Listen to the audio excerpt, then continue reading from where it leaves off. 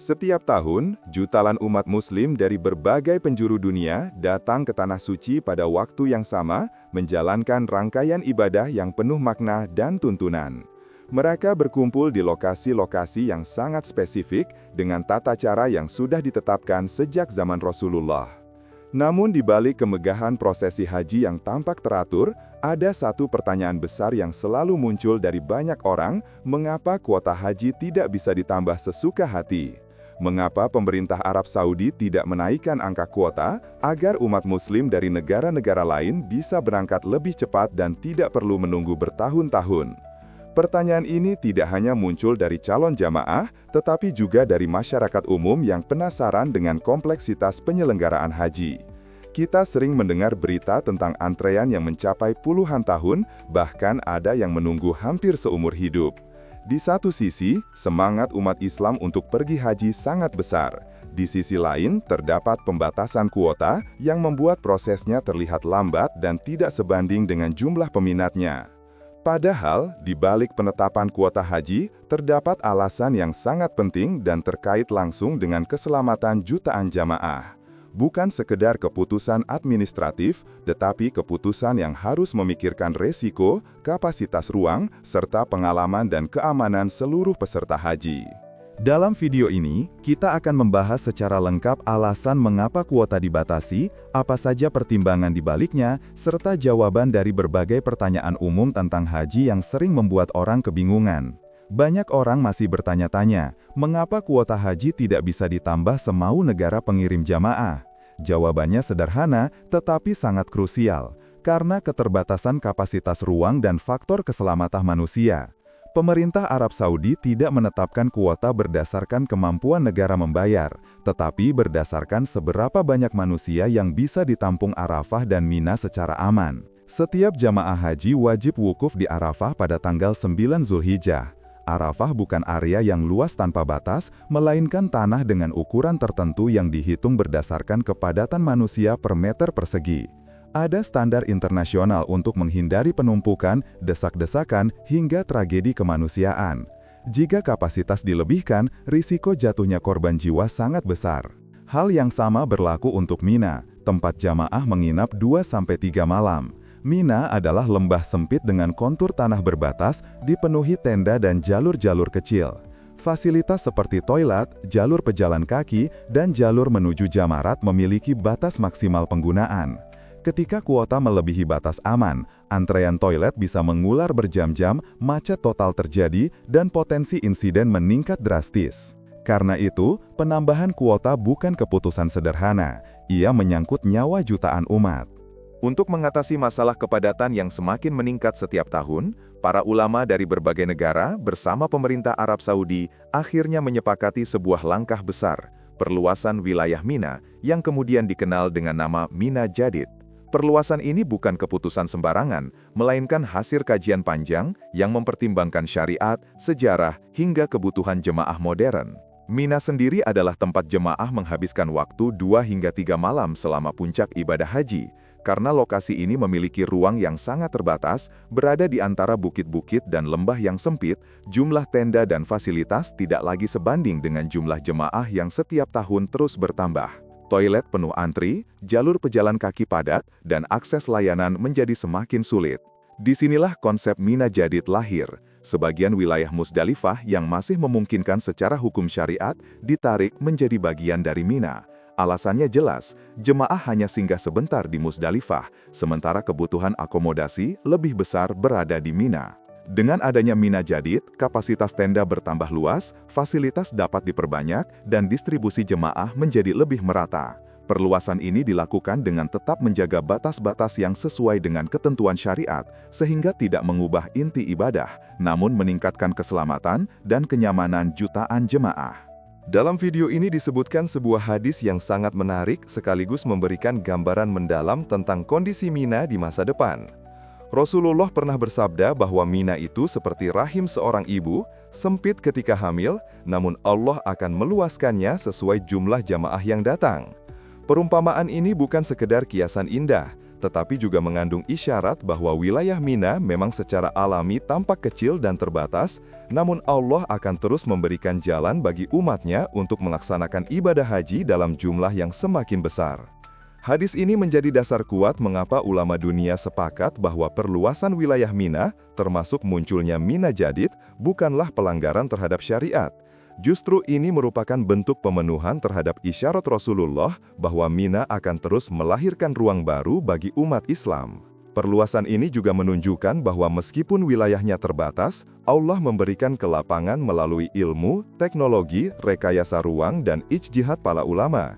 Jadi ketika kita melihat Mina Jadid hari ini, kita sebenarnya sedang menyaksikan realisasi dari sabda Rasulullah, tempat yang tampak sempit itu akan terus Allah lapangkan sesuai kebutuhan jamaah dari seluruh dunia. Salah satu pertanyaan yang paling sering muncul di tengah masyarakat adalah soal pengalihan porsi haji. Banyak orang menganggap bahwa porsi haji bisa diwariskan kepada siapa saja, bahkan ada yang beranggapan porsi tersebut bisa dijual kepada orang lain yang ingin berangkat lebih cepat. Padahal kenyataannya tidak sesederhana itu. Sistem pendaftaran haji di Indonesia sudah diatur dengan ketat untuk mencegah penyalahgunaan, penipuan, dan praktik jual beli nomor porsi. Aturannya jelas. Porsi haji hanya boleh dialihkan kepada ahli waris yang sah, dan itu pun terbatas pada orang yang masih berada dalam satu hubungan keluarga dekat. Yang diperbolehkan menerima pengalihan adalah anak kandung atau keluarga yang tercatat dalam satu kartu keluarga. Pengalihan ini dilakukan apabila pendaftar asli meninggal dunia sebelum berangkat. Selain dua kategori tersebut, tidak ada pihak lain yang boleh menerima porsi itu, baik itu saudara jauh, tetangga, teman, maupun orang yang ingin membeli porsi secepatnya. Pembatasan ini dibuat untuk melindungi jamaah dari praktik mafia haji yang memanfaatkan tingginya minat masyarakat. Dengan aturan ini, pemerintah memastikan bahwa proses pendaftaran tetap transparan, adil, dan aman. Jadi, pengalihan porsi bukan hak bebas yang bisa dipindah tangankan semaunya, melainkan bentuk perlindungan agar ibadah haji tetap berjalan sesuai aturan dan syariat. Antrian haji yang begitu panjang, bahkan ada yang mencapai lebih dari 20 hingga 30 tahun, seringkali membuat banyak calon jamaah merasa putus asa. Namun, di balik lamanya waktu menunggu itu, tersimpan sebuah makna yang sangat dalam. Ibadah haji bukan hanya tentang pergi ke tanah suci dan melaksanakan rangkaian manasik. Haji adalah perjalanan panjang yang menuntut ketabahan sejak hari pertama seseorang mendaftar. Menunggu bertahun-tahun merupakan bagian dari proses penyucian jiwa, sekaligus ujian kesabaran yang Allah berikan kepada hambanya. Haji adalah ibadah yang paling berat, karena melibatkan banyak aspek sekaligus, harta, fisik, mental, dan waktu. Tidak semua orang mampu menyiapkan semuanya secara sempurna. Karena itu, proses antri yang panjang menjadi latihan untuk melatih keikhlasan, kesabaran, dan keteguhan hati. Dalam rentang menunggu yang panjang itu pula, seseorang diuji, apakah ia tetap sabar, tetap berdoa, dan tetap menjaga niatnya. Lamanya antrean bukanlah bentuk kesulitan tanpa hikmah, justru di sanalah letak nilai ibadahnya. Orang yang terus bersabar menunggu panggilan Allah ke Baitullah akan mendapatkan pahala sejak hari ia berniat dan mendaftar, bahkan sebelum kakinya menginjak tanah suci. Salah satu pertanyaan yang sering muncul di tengah panjangnya antrean haji adalah, bagaimana jika seseorang sudah mendaftar haji tetapi tak sempat berangkat karena meninggal dunia? Apakah kewajiban hajinya masih tetap ditanggung? Pembahasan ini sangat penting, terutama bagi keluarga yang khawatir apakah almarhum belum menunaikan rukun Islam kelima. Penjelasannya adalah, kewajiban haji seseorang yang telah mendaftar dan tercatat secara resmi di Kementerian Haji akan gugur apabila ia meninggal sebelum keberangkatannya tiba. Mengapa demikian? Karena ia sudah menunjukkan ikhtiar yang maksimal, mendaftar, menabung, mengikuti prosedur resmi, dan menunggu panggilan Allah untuk berangkat. Dalam pandangan agama, seseorang yang sudah berusaha semampunya, namun terhalang oleh takdir seperti kematian, memiliki hujah atau alasan yang sah di hadapan Allah. Ia tidak dianggap meninggalkan kewajiban, sebab Allah Maha mengetahui segala usaha hambanya. Dengan demikian, keluarga tidak perlu merasa terbebani atau gelisah. Yang terpenting adalah, almarhum sudah berniat dan berusaha. Niat tulus dan usaha itu telah dicatat sebagai amal. Allah tidak membebani hambanya di luar kemampuannya, dan kematian sebelum keberangkatan adalah ketetapan yang menghapus kewajiban tersebut. Satu hal yang sering membuat banyak orang ragu untuk mendaftar haji adalah lamanya antrean. Ada yang berpikir kalau harus menunggu sampai 20 atau 30 tahun untuk apa mendaftar sekarang. Padahal inilah poin terpenting yang ditegaskan oleh para ulama dan juga pembicara dalam video tersebut. Lamanya antrean tidak boleh menjadi alasan untuk menunda niat mulia ini. Dalam hidup, kita tidak pernah tahu apa yang akan terjadi besok. Rezeki bisa datang tiba-tiba, umur bisa panjang atau pendek, dan kesempatan bisa muncul tanpa diduga. Mendaftar haji adalah bentuk ikhtiar, tanda bahwa kita benar-benar ingin memenuhi panggilan Allah. Ketika seseorang sudah mendaftar, namanya sudah tercatat, dan itu menjadi bukti kesungguhan niatnya. Bahkan jika pada akhirnya seseorang meninggal sebelum berangkat, kewajiban hajinya dianggap gugur.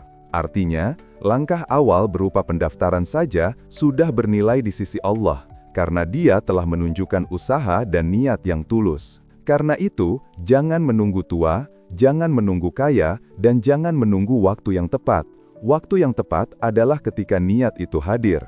Rezeki, umur, dan takdir semuanya berada dalam genggaman Allah. Yang bisa kita lakukan hanyalah memulai langkah pertama dan berserah kepadanya. Semakin cepat mendaftar, semakin cepat pula kita mengamankan niat baik itu.